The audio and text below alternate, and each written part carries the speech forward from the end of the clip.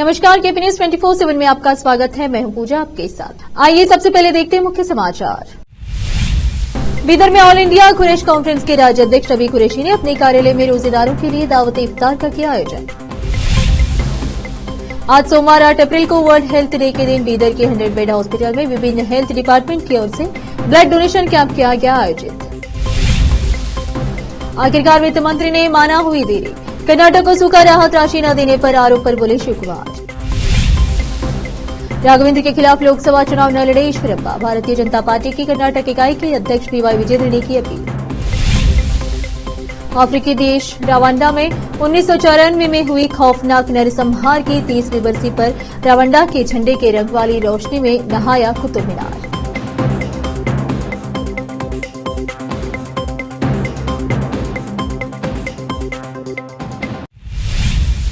अब समाचार विस्तार से। रविवार 7 मार्च 27 रमजान के अवसर पर बीदर में ऑल इंडिया कुरैश कॉन्फ्रेंस के राज्य अध्यक्ष नबी कुरैशी ने अपने कार्यालय में रोजेदारों के लिए दावत इफ्तार का आयोजन किया। इस दावत इफ्तार में कई वरिष्ठ व्यक्तिगण, राजनेता एवं उलमा उपस्थित रहे, जिनमें बीदर के युवा नेता एवं एनएसयूआई के state general secretary Mohammed Firoz Khan, Bidar ward number 32 के काउंसलर मोहम्मद नवाज खान, गालिब हाशमी, परवेज कमाल, अब्दुल समद के अलावा भारी संख्या में रोजेदार उपस्थित रहे। इस अवसर पर आलिम दिन ने विशेष दुआ की। इस दावत इफ्तार की खास बात यह रही कि नबी कुरैशी ने सभी धर्मों के धर्म गुरुओं और व्यक्तियों को इस दावत इफ्तार में बुलाया था, जिससे धार्मिक सौहार्द दिखाई दिया। इस अवसर पर नबी कुरैशी ने उपस्थित सभी मुख्य अतिथियों को शाल और फूलमाला पहनाकर सम्मान किया। इस अवसर पर अतिथियों ने मीडिया से बात की और नबी कुरैशी की खूब प्रशंसा की। केपी न्यूज के संवाददाता असलम खान और कैमरामैन पप्पू राज का कवरेज। आज हमारे अलहज नबी कुरैशी साहब के ऑफिस में दावत थी। बहुत बेहतरीन पैगाम दिए हैं देश को ये जो रमज़ान है सिर्फ हमारा मुसलमानों का नहीं कि हर कम्युनिटी को बुला के यहाँ पे दावत दिए हैं। ये बहुत इनको सलाम करता हूँ इनके पैगाम को, और सभी को रमज़ान ख़त्म हो रहा है और ईद आने वाली है, उन सभी को ईद एडवांस मुबारक। बहुत शुक्रिया। रहमतुल्लाहि बरकातहू। मैं यहाँ पे गंगा जमुना तहजीब जो दिखती है वो बिदर में है। हिंदू मुस्लिम सिख ईसाई आज 27वें रमज़ान को है ना जमीयतुल कुरैश कॉन्फ्रेंस के अंदर आकर वो लोग है ना कुरैश बिरादरी को, एक मुसलमानों को, और रमज़ान के अंदर एक इत्तेफाक और इत्तेहाद और हमारा मज़हब अमन सिखाता है। वो आज हम पैगाम सीखे हैं। यहाँ पे हिंदू मुस्लिम सिख ईसाई मेरे ऑफिस में आकर, कुरैश कॉन्फ्रेंस में आकर इफ्तार के बारे में और ईमान के बारे में और रोज़े की फसीलियत और रोज़े की खुशियत क्या है बोल के बता दिए। मैं सारों का शुक्रिया अदा करता हूं और मैं सारे हिंदू मुस्लिम सिख ईसाई का शुक्रिया अदा करता हूं। ये पहली मर्तबा बिदर के अंदर एक मिसाल देखने में आई है कि हिंदू मुस्लिम सिख ईसाई एक ही प्लेटफॉर्म पे रोज़ा खोल रहे हैं। ये बहुत बड़ी हिंदुस्तान की एक शान है। यही एक शान है जो हिंदुस्तान जी रहे, हम सब जी रहे हैं। खुदा हाफिज़। जय हिंद, जय कर्नाटक। आज सोमवार 8 अप्रैल को वर्ल्ड हेल्थ डे के दिन बीदर में 100 बेड हॉस्पिटल में विभिन्न हेल्थ डिपार्टमेंट की ओर से ब्लड डोनेशन कैंप का आयोजित किया गया, जिसमें भारी संख्या में सभी सरकारी डिपार्टमेंट के लोगों और अन्य लोगों ने ब्लड डोनेट किया। बीदर के एसपी चन्नबसवण्णा एसएल ने इस ब्लड डोनेट कैंप का उद्घाटन किया। इस अवसर पर एसपी चन्नबसवण्णा एसएल के हाथों ब्लड डोनेट करने वाले व्यक्तियों को प्रमाण पत्र सौंपे गए। इस अवसर पर 100 बेड हॉस्पिटल के डॉक्टर सोहेल और एसपी चन्नबसवण्णा ने मीडिया से बात की। केपी न्यूज के कैमरामैन पप्पू राज का कवरेज। कि आज वर्ल्ड हेल्थ डे है।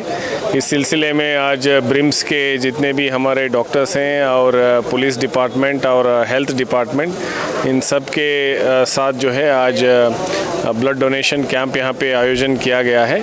तो इसमें हमारे पुलिस डिपार्टमेंट से भी 30 से अधिक जो ऑफिसर्स एंड स्टाफ हैं इन्होंने पार्टिसिपेट किए हैं और यहाँ पे ब्लड डोनेशन किए हैं, और मैं खुद भी किया हूँ।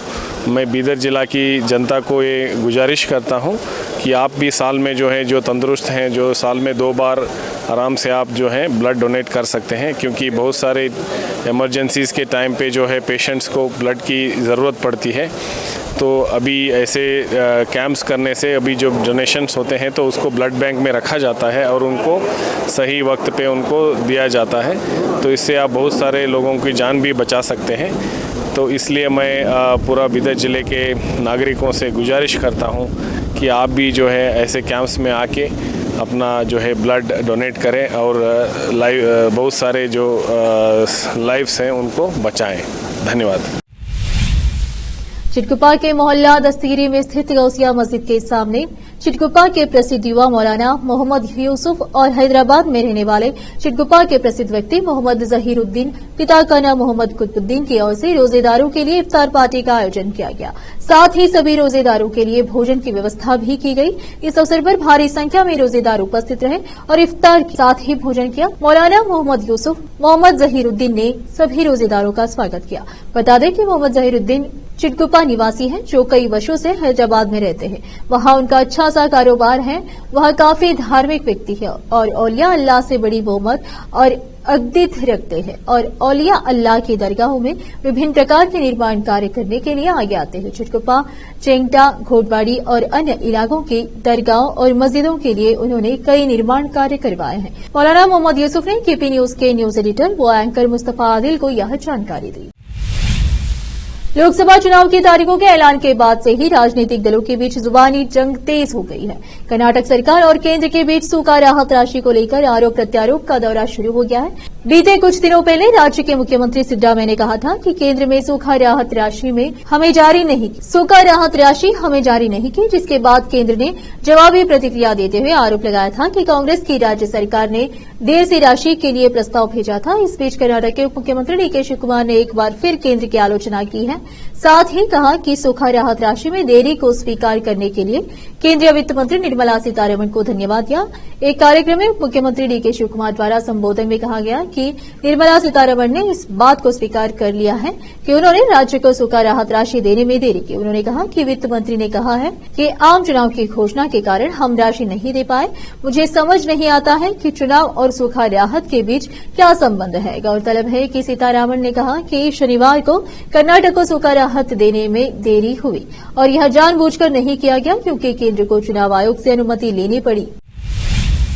भारतीय जनता पार्टी की कर्नाटक इकाई के अध्यक्ष पीवाई विजेंद्र ने रविवार को पूर्व मुख्यमंत्री के.एस. ईश्वरप्पा से अपील की कि वह पार्टी के खिलाफ बगावत न करे और उनके भाई एवं मौजूदा सांसद बीवाई राघवेंद्र के खिलाफ शिवमोग्गा से लोकसभा चुनाव न लड़े। ईश्वरप्पा हावेरी लोकसभा सीट से अपने बेटे के.ई. कांतेश को टिकट नहीं मिलने से नाराज है और पूर्व मुख्यमंत्री बी.एस. येदियुरप्पा के बड़े बेटे और विजयेंद्र के बड़े भाई राघवेंद्र के खिलाफ शिवमोग्गा से बतौर निर्दलीय चुनाव लड़ने का फैसला किया है। विजेंद्र ने यहां संवाददाताओं से कहा, ईश्वरप्पा एक वरिष्ठ नेता है। मैं आपसे अपील करता हूं कि येदियुरप्पा और पूर्व केंद्रीय मंत्री दिवंगत अनंत कुमार के साथ पार्टी को खड़ा करने में आपका बहुत बड़ा योगदान है।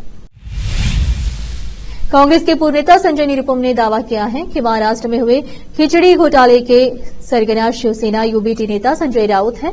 संजय निरुपम ने यह भी कहा कि इस मामले में दोषी लोगों के खिलाफ कड़ी कार्रवाई होनी चाहिए। खिचड़ी घोटाले में ईडी ने आज शिवसेना की उत्तर पश्चिम मुंबई सीट से उम्मीदवार अमोल कीर्तिकर को भी समन भेजकर पूछताछ के लिए बुलाया है।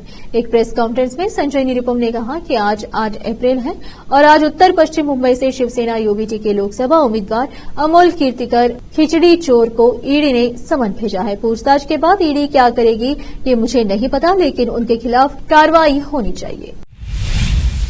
अब फिलहाल लेते एक छोटा सा ब्रेक।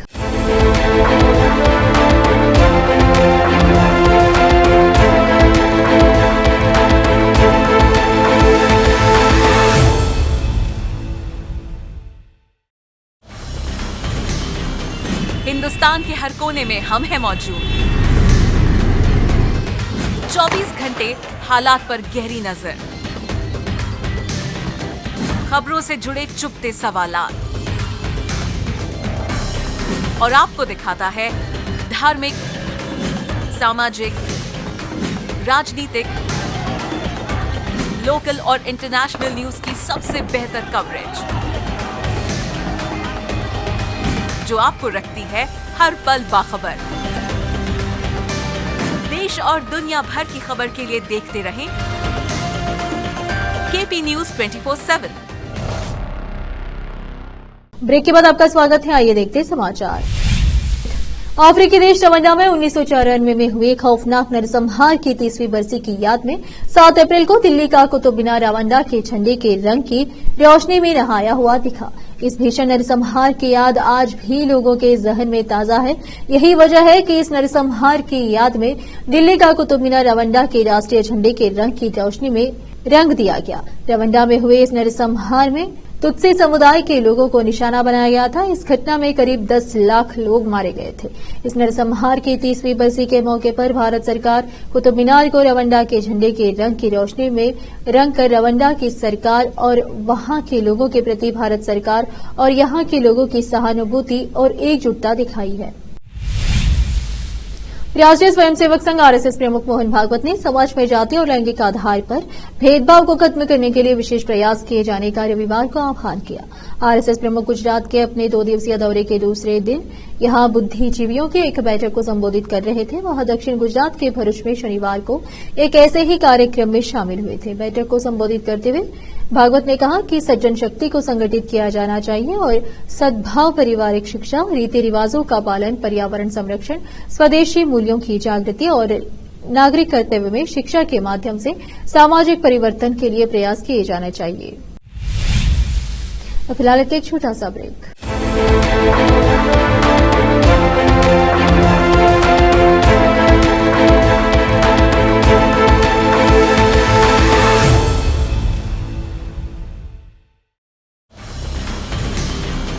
हिंदुस्तान के हर कोने में हम हैं मौजूद। 24 घंटे हालात पर गहरी नजर, खबरों से जुड़े चुपते सवालात और आपको दिखाता है धार्मिक, सामाजिक, राजनीतिक,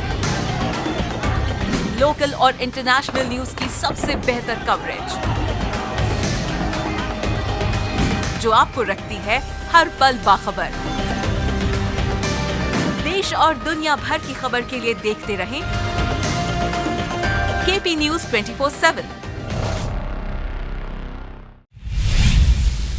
आज विश्व भर के कई देशों में पूर्ण सूर्य ग्रहण देखने को मिलेगा और इसी बीच गूगल ने इस खगोलीय घटना को एक एनिमेशन के जरिए चिन्हित किया है। बता दें कि मैक्सिको के कुछ हिस्से, कनाडा और संयुक्त राज्य अमेरिका में यह सूर्य ग्रहण देखा जाएगा। एनिमेशन में गूगल उपयोगकर्ता जो पूर्ण सूर्य ग्रहण के बारे में सर्च करते हैं वो घटना को दर्शाते हुए एक ग्राफिक ओवरले देख सकते हैं। वो क्षण जब चंद्रमा सूर्य और पृथ्वी के बीच से गुजरता है, जिससे सूर्य की सबसे बाहरी लेयर दिखाई देती है, जिसे कोरोना कहा जाता है। बॉलीवुड स्टार संजय दत्त हरियाणा से लोकसभा चुनाव लड़ सकते हैं। ये जानकारी सूत्रों के हवाले से सामने आई है। कांग्रेस पार्टी पूर्व सीएम मनोहर लाल खट्टर के खिलाफ सेलिब्रिटी कार्ड खेलना जा रही है। खबर है कि पार्टी हाईकमान संजय दत्त के नाम पर राजी हो गया है। संजय दत्त बॉलीवुड एक्टर है। उनके पिता सुनील दत्त मुंबई से सांसद और मंत्री रह चुके हैं। उनकी बहन प्रिया दत्त भी सांसद रह चुकी हैं। अब वहां करनाल से लोकसभा चुनाव लड़ने जा रहे हैं। आखिर में फिर एक बार देखते हैं मुख्य समाचार। बीदर में ऑल इंडिया कुरैश कॉन्फ्रेंस के राज्य अध्यक्ष नबी कुरैशी ने अपने कार्यालय में रोजेदारों के लिए दावत इफ्तार का किया आयोजन। आज सोमवार 8 अप्रैल को वर्ल्ड हेल्थ डे के दिन बीदर के 100 बेड हॉस्पिटल में विभिन्न हेल्थ डिपार्टमेंट की ओर से ब्लड डोनेशन कैंप किया गया आयोजित। आखिरकार वित्त मंत्री ने माना हुई देरी। कर्नाटक को सूखा राहत राशि न देने पर आरोप पर बोले शुक्रवार। राघवेंद्र के खिलाफ लोकसभा चुनाव न लड़े ईश्वरप्पा। भारतीय जनता पार्टी की कर्नाटक इकाई के अध्यक्ष पीवाई विजेंद्र ने की अपील। अफ्रीकी देश रवांडा में 1994 में हुई खौफनाक नरसंहार की 30वीं बरसी पर रवांडा के झंडे के रंग वाली रोशनी में नहाया कुतुब मीनार।